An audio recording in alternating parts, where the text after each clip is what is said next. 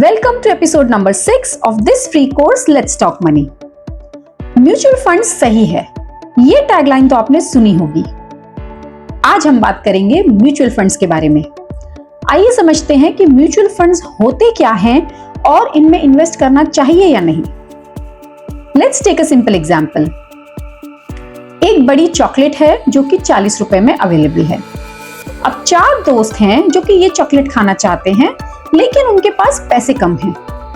तो ये 4 दोस्त ये डिसाइड करते हैं कि मिलकर ये लोग ये बड़ी चॉकलेट खरीद लेंगे 40 रुपए की और चारों 10-10 रुपए डच कर लेंगे। इससे फायदा ये हुआ कि सबको ज्यादा पैसे भी नहीं खर्च करने पड़े, क्योंकि उनके पास वैसे ही पैसे कम थे और सबको चॉकलेट खाने को भी मिल गई, टेस्ट भी मिल गया। अब समझ लीजिए कि म्यूचुअल फंड्स ऐसी ही बड़ी चॉकलेट की तरह है जिससे कि कई लोगों को एक साथ बेनिफिट मिल जाता है, कई लोग इसका एक साथ फायदा उठा सकते हैं। आइए और डिटेल में समझते हैं कैसे। आइए एक एग्जांपल लेते हैं। मिस्टर अनिल जो कि इन्वेस्टमेंट्स की शुरुआत करना चाहते हैं, उन्होंने डिसाइड किया कि वो इक्विटी शेयर्स से इन्वेस्टमेंट की शुरुआत करेंगे, मतलब उन्हें इक्विटी शेयर्स में कुछ इन्वेस्टमेंट करना है। अब मिस्टर अनिल को इक्विटी मार्केट का ज्यादा आइडिया नहीं है, तो उनको समझ नहीं आ रहा कि वो कहां से शुरुआत करें। फिर मिस्टर अनिल ने अपने दोस्तों और रिश्तेदारों से कुछ टिप्स ली, जिन्होंने उनको कुछ कंपनीज के नाम बताए कि इन कंपनीज में इन्वेस्ट करना चाहिए। तो मिस्टर अनिल ने उन कंपनीज में इन्वेस्ट करने के बारे में सोचा। उन्होंने थोड़ा और पता लगाया तो उन्हें ये भी समझ आया कि किसी एक कंपनी में इन्वेस्ट करना तो काफी रिस्की साबित हो सकता है। उन्हें कम से कम 10 से 15 कंपनीज के शेयर्स में इन्वेस्ट करना चाहिए। अब जब मिस्टर अनिल ने कुछ नामों की लिस्ट बनाई कंपनीज के टिप्स लेके, तो उन्होंने डिसाइड किया कि किसी कंपनी के वो 10 शेयर, किसी के 50 या किसी के 100 शेयर्स में इन्वेस्ट अगर करते हैं तो उन्हें शुरुआत करने के लिए ही, ये पूरा पोर्टफोलियो बनाने के लिए ही कम से कम 3 या 4 लाख रुपए की जरूरत पड़ सकती है। अब मिस्टर अनिल कंफ्यूजन में है, क्योंकि उन्हें ज्यादा स्टॉक मार्केट का आइडिया नहीं है, उनके पास रिसर्च करने का टाइम नहीं है और दोस्तों और रिश्तेदारों की टिप्स से इन्वेस्ट करना काफी रिस्की साबित हो सकता है, ये भी उन्हें समझ आ रहा है। तो क्या मिस्टर अनिल जैसे लोग जो इन्वेस्टमेंट की शुरुआत कर रहे हैं या जिनके पास शुरुआत करने के लिए 10 या 20 हजार रुपए से जिन्हें शुरुआत करनी है, वो कभी इक्विटी मार्केट में इन्वेस्ट नहीं कर सकते? वेल, कर सकते हैं थ्रू म्यूचुअल फंड्स। मान लो एक म्यूचुअल फंड कंपनी है XYZ म्यूचुअल फंड कंपनी। अब ये जो कंपनी है, ये एक इक्विटी स्कीम लॉन्च कर रही है जिसके अंडर ये लोगों से फंड रेज करेगी। कंपनी ने एम्प्लॉय किए हैं कुछ फंड मैनेजर्स। ये जो फंड मैनेजर्स हैं, ये एक्सपर्ट्स हैं स्टॉक रिसर्च में, तो ये फंड मैनेजर्स करेंगे स्टॉक्स का सिलेक्शन। अब कंपनी जनरल पब्लिक में अनाउंस कर रही है कि वो कुछ फंड्स रेज कर रही है, स्कीम लॉन्च कर रही है, तो इस फंड के अंडर लोग इन्वेस्ट कर सकते हैं। मिस्टर अनिल को किसी ने ये ABC फंड की स्कीम के बारे में बताया, तो मिस्टर अनिल ने डिसाइड किया कि वो जो अपने 20,000 रुपए स्टॉक्स में इन्वेस्ट करने वाले थे, वो इन्वेस्ट करेंगे इस mutual fund XYZ mutual fund company की इक्विटी स्कीम में। तो मिस्टर अनिल ने 20,000 रुपए यहाँ इन्वेस्ट कर दिए। ठीक इसी तरह कुछ लोगों ने, किसी ने 5,000, किसी ने 50,000, किसी ने 1 लाख, जैसे जैसे लोगों को पता चला स्कीम के बारे में और उन्हें जितना इन्वेस्टमेंट करना था, लोगों ने अपने अपने हिसाब से इन्वेस्टमेंट किया।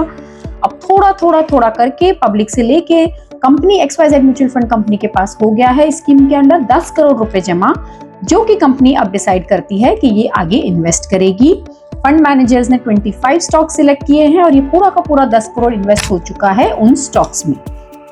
फंड मैनेजर्स इन स्टॉक्स को मैनेज और मॉनिटर भी कर रहे हैं और कुछ साल के बाद जो 10 करोड़ इन्वेस्ट किए थे, मान लीजिए उसकी वैल्यू हो गई है 20 करोड़ रुपए। अब मिस्टर अनिल जिन्होंने 20,000 रुपए इन्वेस्ट किए थे, उनकी भी वैल्यू डबल हो गई, वो हो गई है 40,000 रुपए। वैसे ही जैसे लोगों ने, किसी ने 10,000 इन्वेस्ट किए थे, उनके हो गए हैं 20,000, मतलब सभी लोगों के पैसे डबल हो गए हैं, क्योंकि सी स्कीम का इन्वेस्टमेंट वैल्यू डबल हो गया है।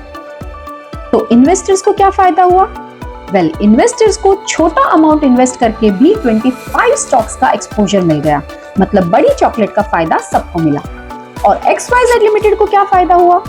XYZ लिमिटेड कंपनी जब इन्वेस्टमेंट या फंड वैल्यू कैलकुलेट करती है, तो उसमें से मैनेजमेंट कॉस्ट, फंड मैनेजर्स की सैलरी, एडमिनिस्ट्रेटिव एक्सपेंसेस, ये सब माइनस कर लेती है और जो बाकी बचती है वो होती है वैल्यू इन्वेस्टर्स के लिए।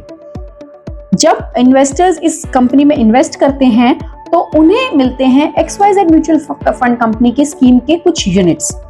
जैसे जैसे फंड वैल्यू बढ़ती है, इस यूनिट्स की वैल्यू भी बढ़ती जाती है। इस वैल्यू को कहते हैं NAV, नेट एसेट वैल्यू। और XYZ म्यूचुअल फंड कंपनी को हम कहेंगे AMC असेट मैनेजमेंट कंपनी। आप ये जानकर सरप्राइज्ड होंगे कि इंडिया में 40 से ज्यादा असेट मैनेजमेंट कंपनीज हैं और इन सभी कंपनीज की 2500 से भी ज्यादा स्कीम्स हैं जिसमें इन्वेस्टर्स इन्वेस्ट कर सकते हैं। तो अगर आप ये वीडियो देखते हुए सोच रहे हैं कि हम आज ही से म्यूचुअल फंड में इन्वेस्टमेंट शुरू कर देते हैं, तो पहले आपको ये डिसाइड करना होगा, ये सिलेक्ट करना होगा कि कौन सी AMC की कौन सी स्कीम में। तो हम आपको बता दें कि म्यूचुअल फंड कंपनी सिर्फ इक्विटी शेयर्स में इन्वेस्ट नहीं करती हैं, ये इन्वेस्ट करती हैं फिक्स्ड इनकम कैटेगरी में भी, जिसमें होते हैं गवर्नमेंट या कॉर्पोरेट बॉन्ड्स भी। तो जो कंपनीज या जो स्कीम्स सिर्फ इक्विटी में इन्वेस्ट करती हैं वो हुई इक्विटी स्कीम्स, जो इन्वेस्ट करती हैं सिर्फ फिक्स्ड इनकम इंस्ट्रूमेंट्स में वो हुई डेट स्कीम्स, और जो इन्वेस्ट करती है दोनों में उन्हें कहते हैं हाइब्रिड स्कीम्स। इन्वेस्टर को अपने फाइनेंशियल गोल्स के हिसाब से सबसे पहले स्कीम की कैटेगरी का सिलेक्शन करना चाहिए। स्कीम कैटेगरी सिलेक्शन के बाद इन्वेस्टर अपनी स्कीम सिलेक्ट कर सकता है based on fund performance, scheme portfolio, risk tolerance level, fund managers track record and other factors. अब आइए हम बात करते हैं म्यूचुअल फंड SIP के बारे में। आपने सुना होगा कि आजकल हर कोई SIP कर रहा है। ये SIP होती क्या है? वेल, SIP कोई नया फॉर्म ऑफ इन्वेस्टमेंट नहीं है। SIP बस एक जरिया है म्यूचुअल फंड्स में इन्वेस्ट करने का। अब मान लो मिस्टर अनिल, जिन्होंने एक साथ 20,000 रुपए इन्वेस्ट किए थे XYZ म्यूचुअल फंड कंपनी में, वो ये कहें कि उन्हें एक साथ नहीं बल्कि हर महीने थोड़ा थोड़ा इन्वेस्ट करना है, मान लो 2,000 रुपए हर महीने, क्योंकि वो हर महीने 2,000 रुपए सेव कर पा रहे हैं, तो वो चूज कर सकते हैं इन्वेस्टमेंट थ्रू SIP, जो कि जिसे हम कहते हैं सिस्टमैटिक इन्वेस्टमेंट प्लान। तो ये जो ऑप्शन है रेगुलरली इन्वेस्ट करने का, यही है SIP। SIP करनी चाहिए या नहीं, ये टोटली डिपेंड करता है आपकी इनकम और सेविंग्स पे। अगर आप थोड़ा थोड़ा करके सेव करके इन्वेस्ट करना इजी मानते हैं तो आप बिल्कुल SIP शुरू कीजिए। लेकिन अगर आपके पास रकम एक साथ आती है, फॉर एग्जांपल बोनस या गिफ्ट के फॉर्म में, तब आप एक साथ भी इन्वेस्ट कर सकते हैं, जिसे हम कहेंगे लमसम इन्वेस्टमेंट। SIP का एक बेनिफिट ये है कि ये हमें रेगुलरली इन्वेस्ट करना सिखा देती है, क्योंकि अगर हमने SIP शुरू कर दी तो फिर हमारे अकाउंट से regularly invest amount automatically debit होकर इन्वेस्ट हो जाता है। सो व्यूअर्स, म्यूचुअल फंड्स एक वास्ट टॉपिक है। मैंने कोशिश की है कि इस एपिसोड में मैं मैक्सिमम बेसिक्स कवर कर सकूं। I hope you found the information useful. अगले एपिसोड यानी कि एपिसोड नंबर 7 में हम बात करेंगे इंश्योरेंस के बारे में। Till then, bye bye.